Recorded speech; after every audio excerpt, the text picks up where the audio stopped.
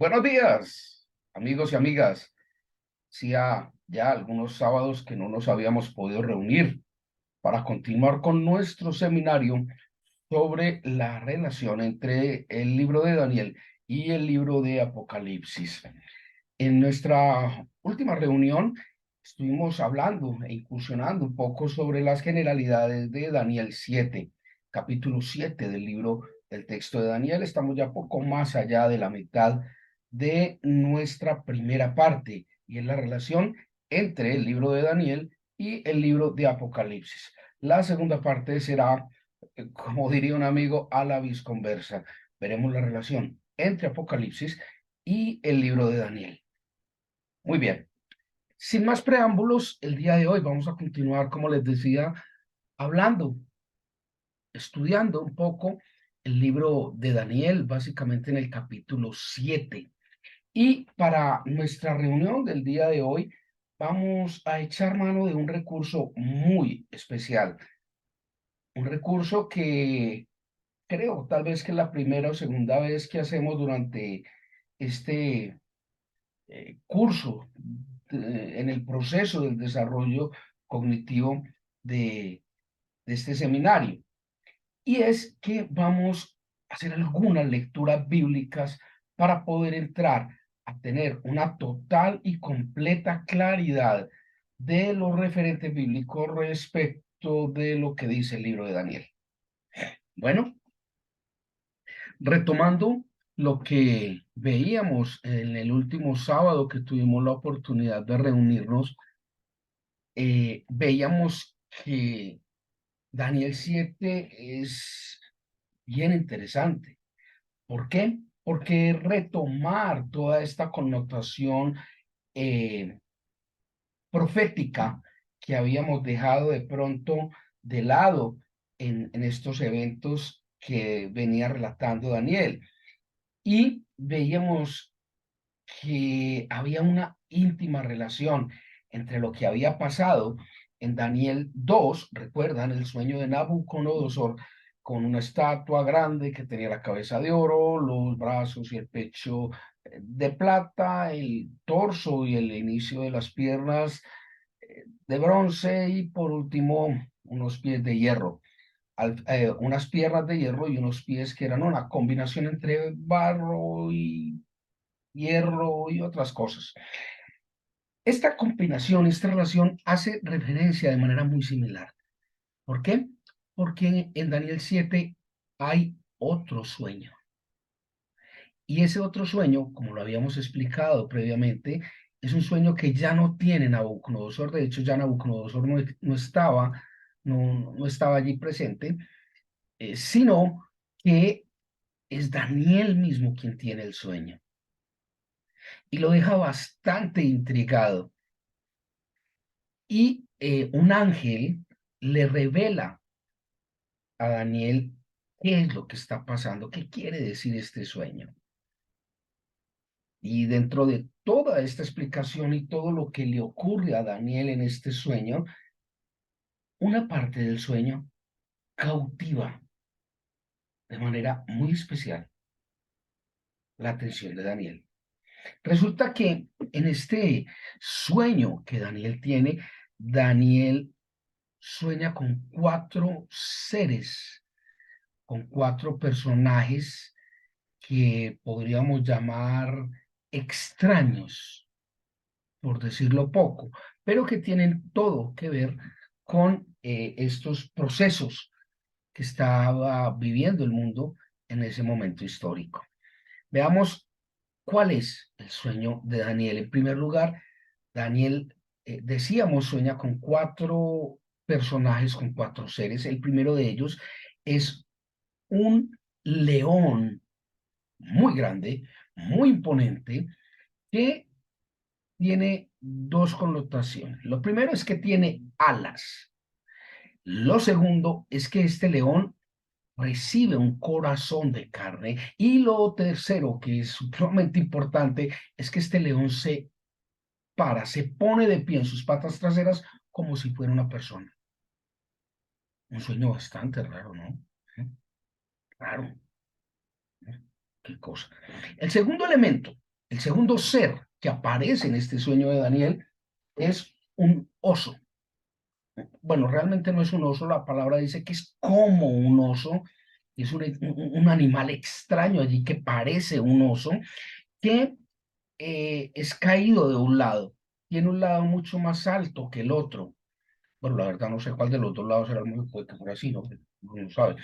Y que este animal parecido a un oso que era más alto de un lado que el otro tenía tres costillas allí en su boca, tres costillas. No, animales más raros, en fin. Y el tercero de los animales o de los seres que aparece allí, ese sí lo define la palabra muy claramente, un leopardo, un leopardo. El problema es que no es un leopardo cualquiera, es un leopardo que tiene cuatro cabezas y cuatro alas. ¿Cómo íbamos de bien con el leopardo? Cuatro cabezas tenía el leopardo, cuatro alas tenía el leopardo. Y eh, el cuarto elemento, el cuarto ser, el cuarto ser con el que Daniel sueña, no lo define muy claramente. Dice que era un monstruo horrible, un ser horrible, monstruoso es la palabra que utiliza. Y que era un ser tan monstruoso que tenía 10 cuernos, 10 cuernos.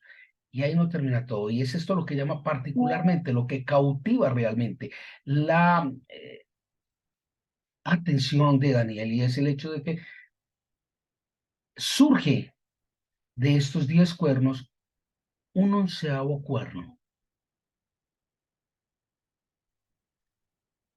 Y es que este pequeño cuerno que surge posteriormente tenía ojos y tenía poder de hablar cosas extrañas o maravillosas o particulares. Se nos enredó el tema. ¿Mm? Imagínense ustedes un animal extraño con 10 cuernos y que después usted empieza a mirar bien y va saliendo otro cuernito con ojos y que habla cosas especiales, que habla grandes cosas. Ah, caramba. Todo esto lo encontramos en Daniel 7, cuando empezamos a caminar del versículo cuarto al versículo 8, versículo 9 aproximadamente. Él describe esos cuatro seres con los que estaba soñando. Más adelante parece que se rompe, así de tajo, se rompe esta condición tan particular del sueño y Daniel empieza a hablar de un anciano, que va a un trono a donde llega el Hijo del Hombre. Ah, caramba. Y el cambio es súbito, o sea, veníamos hablando de cuatro seres, unas cosas más raras que, bueno, en fin. Y de golpe dice, bueno, y llega el anciano y al trono y aparece el Hijo del Hombre. Bueno, me perdí. ¿Será que es un sueño dentro de otro sueño? No sé. Ah, caray. Daniel no lograba discernir qué quería decir todo este sueño tan extraño. Entonces es por eso que llega un ángel y abiertamente, tranquilamente, sin afanes, coge a Daniel y le dice, tranquilo, vea, esas cuatro bestias con las que usted soñó, esos cuatro animales, esos cuatro seres, tranquilo, son cuatro reinos. ¿Listo? O si lo quiere ver mejor, son cuatro reyes o cuatro reinos, ¿no? Son cuatro reinos con cuatro reyes. No se preocupe, tranquilo. Y esa cuarta bestia que lo tiene usted tan intranquilo, Daniel, tranquilo, no se preocupe, ese también es un reino, o sea, es un cuarto reino. ¿Listo?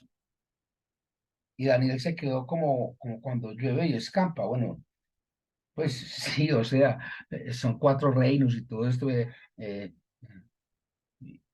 pero pues, y entonces el ángel accede escuetamente a ampliar ese concepto de esos cuatro reinos que eran representados por estos cuatro animales. Y dentro de todo este proceso, Daniel correlaciona lo que le está diciendo el ángel con lo que ya había vivido tal vez 50 años atrás en Daniel 2, cuando Nabucodonosor le dice, uy, tuve un sueño más raro, contame qué soñé e interpretámelo. ¿Recuerdan eso? Una figura, la cabeza de oro y brazos de plata, y etcétera, ¿sí? ¿Recuerdan? Ok, resulta que el sueño que tuvo Daniel, ahora en el capítulo 7, tiene prácticamente la misma interpretación de lo que vimos con el sueño de Nabucodonosor en Daniel 2. Interesante, ¿no? ¿Por qué? Porque cuando habla de este león, habla concretamente del imperio o del reino de Babilonia. En otras palabras, esa cabeza de oro de la que hablábamos en Daniel 2. ¿Sí? Y es todo el imperio babilónico. Cuando hablan de este oso que tiene tres costillas en la boca, ¿recuerdan? Sencillamente están hablando del imperio medo-persa. ¿Recuerdan esto? Que representaba los brazos y el pecho, el imperio medo-persa. El tercer el tercer elemento, que era el leopardo, básicamente es la fuerza del imperio griego. Recordemos que estaba allí al mando de Alejandro Magno, todo el imperio griego, que era representado por el vientre y una parte de los muslos. ¿Recuerdan eso? ¿Sí se acuerdan de eso? Ah, ok. Y por último, esta bestia horrible, esta bestia misteriosa, aterradora del sueño de Daniel 7, no era más que el bien conocido, las piernas de hierro del sueño de Nabucodonosor, el imperio romano. Muy bien. Está ahí la primera parte del sueño. Y ahí es cuando se hace corte así de tajo y aparece el anciano.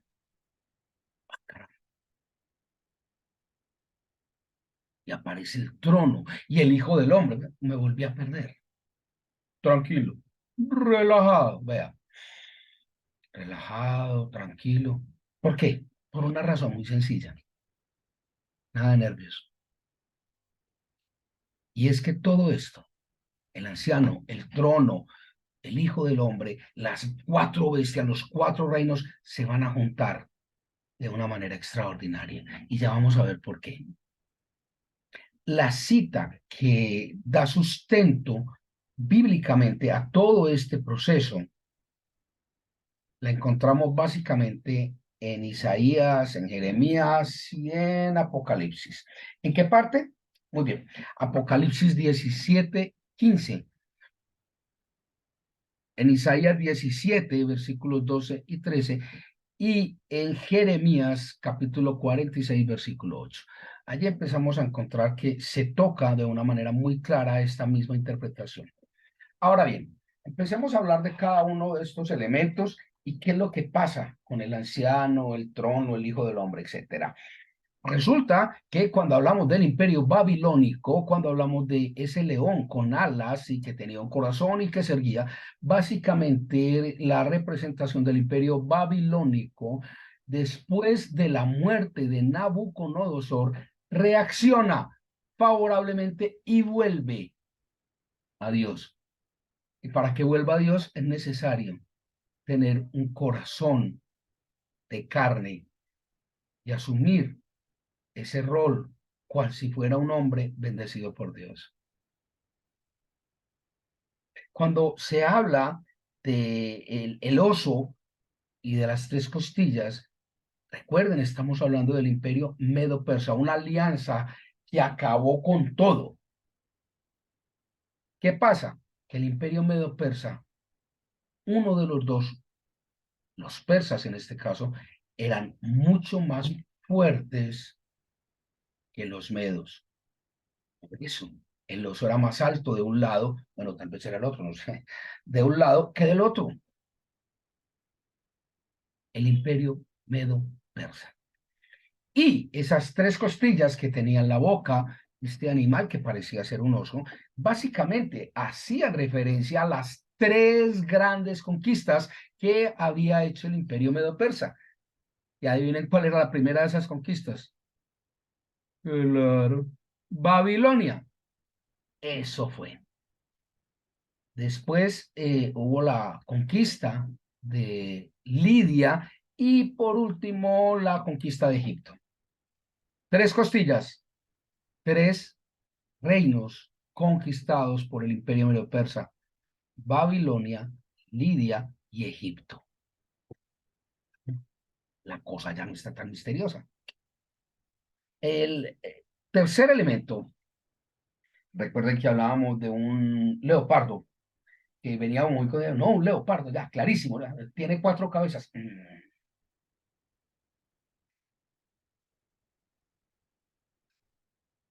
Como íbamos de bien. En fin, ¿qué es lo que pasa? ¿Por qué un leopardo tendría cuatro cabezas? Sí, sí, tenemos claro que este leopardo lo que representa es el imperio griego, es decir, la tremenda fuerza de Alejandro Magno. ¿Por qué tenía cuatro alas y por qué cuatro cabezas?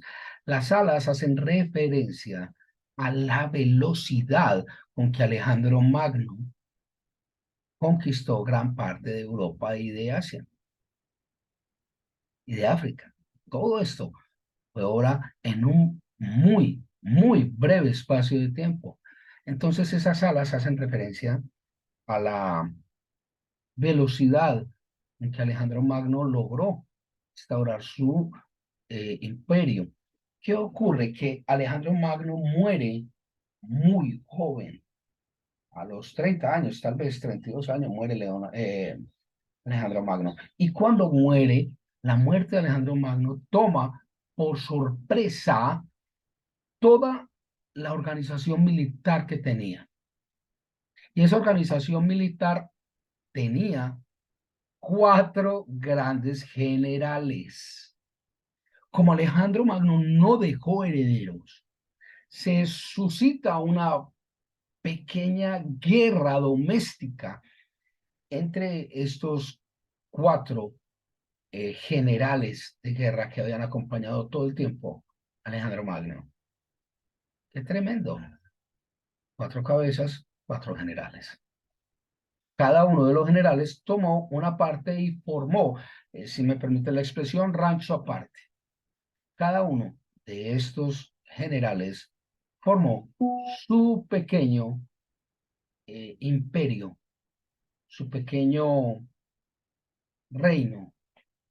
Y estos cuatro generales eran Casandro, Lisímaco, Ptolomeo y Seleuco. Esos eran los cuatro grandes generales que acompañaban a Alejandro Magno. Cuando muere Alejandro Magno, entonces, después de estas discusiones domésticas, Casandro toma para sí toda esta gran parte de Macedonia y de Grecia y forma Rancho Aparte. Casandro. Lisímaco toma toda la parte de Tracia, que quedaba ahí abajito, y gran parte de Asia Menor. Ptolomeo tomó todo lo que era esa región de Egipto, del Valle del Nilo, eh, la región de Cirenaica, eh, lo que se llamaba, se llamaría posteriormente Palestina. Y por último, Seleuco hace posesión de todo lo que era Siria y una parte de Oriente. Un leopardo, Alejandro Magno, imperio griego, cuatro cabezas, cuatro generales que forman cuatro pequeños reinos. ¿Qué pasa con este último? ¿Qué pasa con la bestia horrible, horripilante, terrible, que tenía 10 cuernos y que por allá va saliendo un undécimo cuerno? Ah, se me perdí. Tranquilo, relajado, ya vamos para allá. Recordemos que después de estas cuatro bestias, el sueño cambia de lugar, como así. Y aquí es donde vamos a echar mano del sustento bíblico, que es un recurso el más valioso que podemos tener. ¿Sí? ¿Qué es lo que pasa? Se habla de que este proceso con este anciano es un juicio adelantado a los hombres. Es el tiempo del juicio. Y este anciano llega a sentarse en un trono y a hacer justicia. Es decir, viene a juzgar a todos los hombres. Pero, ¿qué pasa? Viene, es invitado, es presentado el Hijo del Hombre. Y cuando el Hijo del Hombre es presentado, se le da el poder a este Hijo del Hombre de juzgar a toda la humanidad. Es decir, el Hijo del Hombre recibe la delegación del anciano para hacer el juicio. Interesante, ¿no? Vamos, por favor, a la Biblia, al Evangelio según San Juan, al capítulo 5, versículo 19. Juan, capítulo 5, Mateo, Marcos, Lucas, Juan. Juan, capítulo 5, versículo 19. Ahí vamos a leer algo bien interesante. Aquí ya está. Dice, eh, capítulo 5 del Evangelio de Juan, versículos 19 al 29. Me permito leer de una versión Reina Valera. Dice, respondió entonces Jesús y les dijo, de cierto os digo, no puede el Hijo hacer nada por sí mismo, sino lo que le ve hacer al Padre, porque todo lo que el Padre hace, también el Hijo igualmente. Porque el Padre ama al Hijo y le muestra todas las cosas que él hace, y mayores que éstas le mostrará, de modo que vosotros os maravilléis. Porque como el Padre levanta a los muertos y les da vida, así también el Hijo a los que quiere da vida. Porque el Padre a nadie juzga. Caramba, caramba. Porque el Padre a nadie juzga, sino que todo el juicio dio al Hijo. Ups. Para que todos honren al Hijo como honran al Padre. El que no honra al Hijo, no honra al Padre que le envió.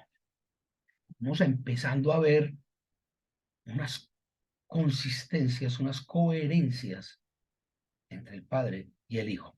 ¿Cómo es llamado Jesucristo a lo largo de toda la Escritura con mucha frecuencia? ¿Cómo es llamado? El Hijo del Hombre. El Hijo del Hombre. Entonces, este anciano que tiene la potestad, la capacidad de juzgar a todo el mundo, delega, como lo acabamos de leer allí en Juan 5, versículos del 19 al 23, creo al 22, delega toda esta función en el Hijo del Hombre. ¿Quién es el Hijo del Hombre? Jesucristo. Dice allí, lo acabamos de leer, el Padre a nadie juzga, solo es el Hijo. Wow. Pero resulta que hay una pequeña confrontación, no sé cómo llamarla, teológica tal vez. ¿Por qué?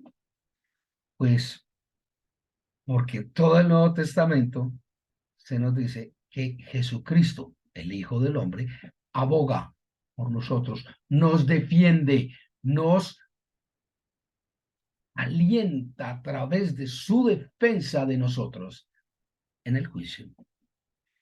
Eso se lleva a un conflicto jurídico, no sé, y es de que en este caso Jesucristo es juez y parte. Me perdí. No nos perdamos más. Vamos por favor a Primera de Juan. Está allí al final del sitio de Apocalipsis 1, 2, 3 de Juan. Primera de Juan. Algún día la encuentro. Primera de Juan, capítulo 2, versículo 1 dice: hijitos míos, estas cosas os escribo para que no pequéis. Y si alguno hubiere pecado, abogado tenemos para con el Padre, a Jesucristo el justo. Estamos viendo la hilaridad de las cosas. Jesucristo es nuestro abogado, nuestro defensor. Vamos por favor a Primera Timoteo 2:5. Está también ahí atrásito. Primera Timoteo 2:5. 1 Timoteo 2:5. 1 Timoteo 2:5 dice, de la misma versión, 1 Timoteo 2:5 dice: porque hay un solo Dios y un solo mediador entre Dios y los hombres, Jesucristo, hombre. Se da cuenta el problema cuando uno empieza a pedirle a otros, a los ángeles, a los santos y a vosotros hermanos que intercedáis por mí. Aguante, papá. Vamos a leer muy claramente.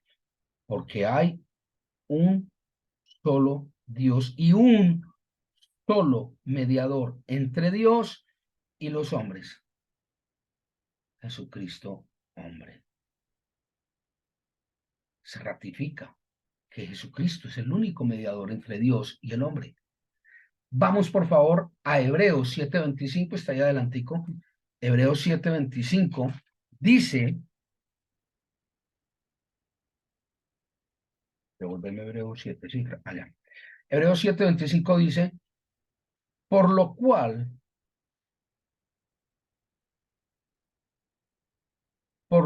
también puede también salvar perpetuamente a los que por él se acercan a Dios, viviendo siempre para interceder por ellos. ¿De quién están hablando? De Jesucristo. Por tanto, Jesús, me devuelvo al 22, por tanto Jesús es hecho fiador de un mejor pacto, y los otros sacerdotes llegaron a ser muchos, debido a que por la muerte no podían continuar, mas este, por cuanto permanece para siempre, tiene un sacerdocio inmutable, por lo cual puede también salvar perpetuamente a los que por él, no de otra manera, por él se acercan a Dios, viviendo siempre para interceder por ellos. ¡Wow! Venga, ¿y qué pasó con los 4 animales? Relajado. Vamos despacio.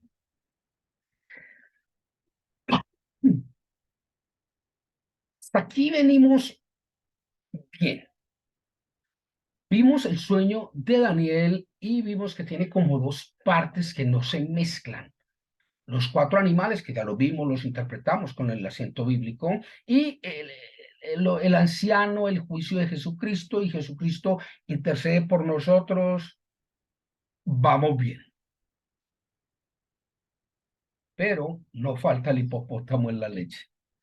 Vamos a Juan 16. Juan, Evangelio según San Juan, capítulo 16. Y allí vamos al versículo 26 al 28. ¿Cómo íbamos de bien?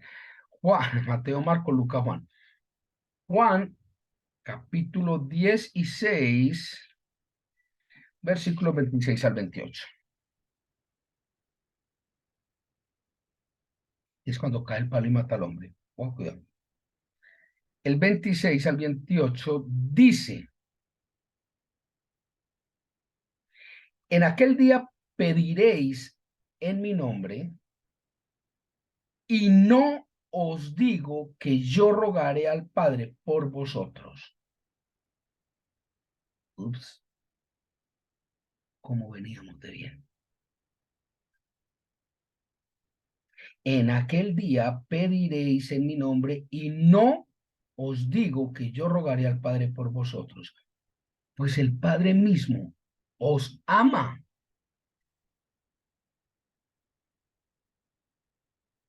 porque vosotros me habéis amado y habéis creído que yo salí de Dios.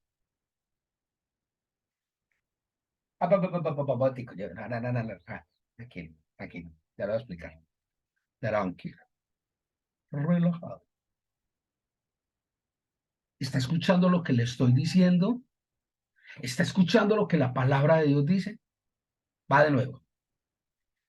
En aquel día pediréis en mi nombre, y no os digo que yo rogaré al Padre por vosotros, pues el Padre mismo os ama, porque vosotros me habéis amado y habéis creído que yo salí de Dios.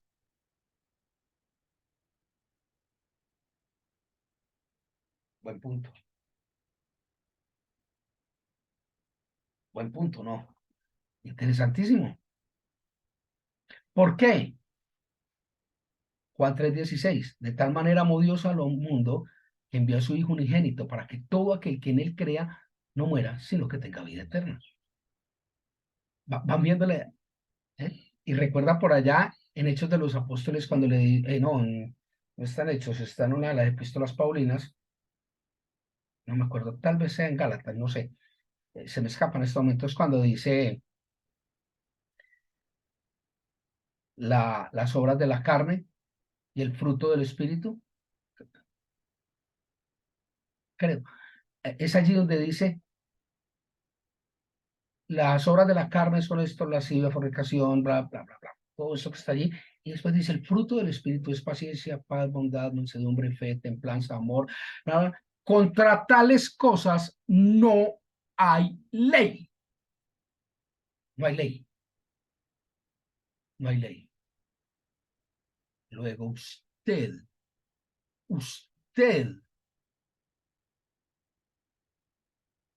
que está en Cristo, que es salvo a través de la obra de Cristo, para usted que creyó en Cristo, que amó a Cristo, que está en el Espíritu, para usted no hay juicio, no hay ley. Usted es salvo a los ojos del Padre. ¿Lo cogió? ¿Ya ahora sí lo dio? ¿Eh? ¿Fácil o no? Entonces, vamos resumiendo. Vamos resumiendo. ¿Cuál es el orden de los eventos de esta segunda parte del sueño de Daniel, capítulo 7, que es lo que estamos estudiando ahora? Es muy sencillo. Primero se instalan los tronos. En segundo lugar, el anciano, Dios, toma asiento para iniciar el juicio. En tercer lugar, se da la bienvenida al Hijo del Hombre, a Jesucristo. En cuarto lugar, se desarrolla el juicio. ¿Pero cuál juicio? No me acabo de decir, pues, que yo no tenía juicio. Ojo, se desarrolla el juicio para aquellos que no están en Cristo. Si usted creyó en Jesucristo, creyó que es el Hijo de Dios, se adhirió a la fórmula de Jesucristo, aceptó la obra de Jesucristo, usted ama al Padre y el Padre lo ama a usted. Recuerde lo que dice allí la palabra, amamos a Dios porque Dios nos amó primero. Si usted se adhiere a la propuesta de Jesucristo, para usted no hay juicio. Para los que utilizaron otras metodologías de salvación, otros intercesores, ahí es donde está el juicio.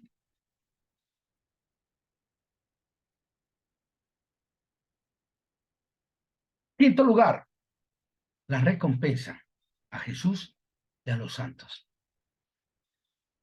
Las bodas del Cordero. ¿Recuerdan? Ah, pero es que eso no es, eso es para los santos, eso no es para uno. Ah, ¿no? ¿Sabe qué dice la palabra en Hechos de los Apóstoles? Que hemos sido coherederos con Cristo. Si nos hemos adherido a Cristo, somos coherederos con Cristo. Y si coherederos, hijos de Dios. Y si hijos de Dios, somos santos. Está escrito. Está escrito. No es una opinión. Coherederos, hijos, santos. Las bodas del Cordero son para Jesucristo y su iglesia, sus santos. Jesucristo es el novio, la iglesia es la esposa. Boda del Cordero. Y en sexto y último lugar, se destruye la bestia de los 11 cuernos. Juntó. Ya. Ya vio dónde se juntaron. ¿Ya lo vio? Esa bestia de los 10 cuernos que era el Imperio Romano y que posteriormente surge un nuevo cuernito que decía cosas, que hablaba cosas, es destruida en ese momento. Ya vio dónde se juntaron las 4 bestias con el anciano, el trono y el Hijo del Hombre.